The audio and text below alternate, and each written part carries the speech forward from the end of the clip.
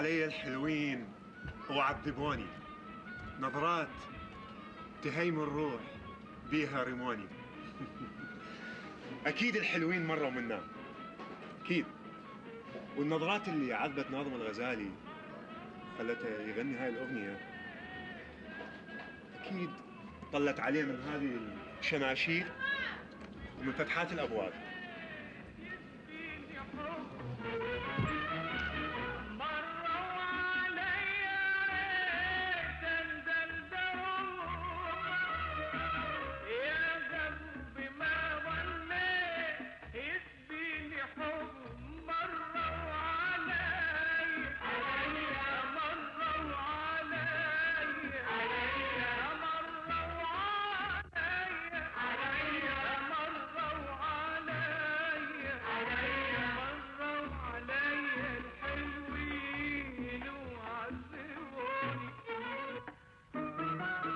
محلة الإخشالات.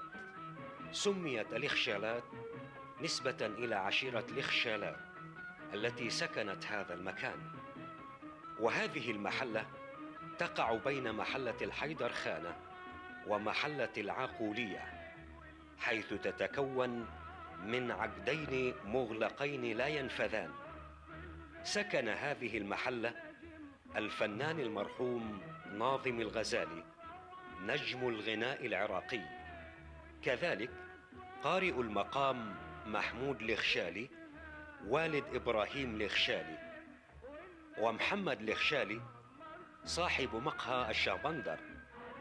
كما سكنها الملا عيس الذي يقرأ القرآن ويدرسه في جامع حسين باشا، وآخر مختار لها الملا جمعة.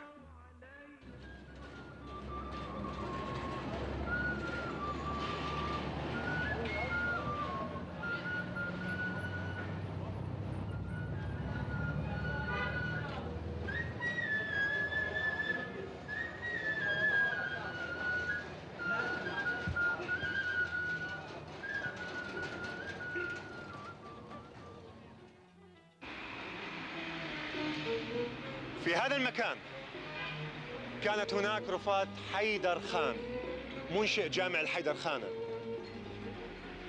هدم القبر وبني فندق مكانه. عجيب.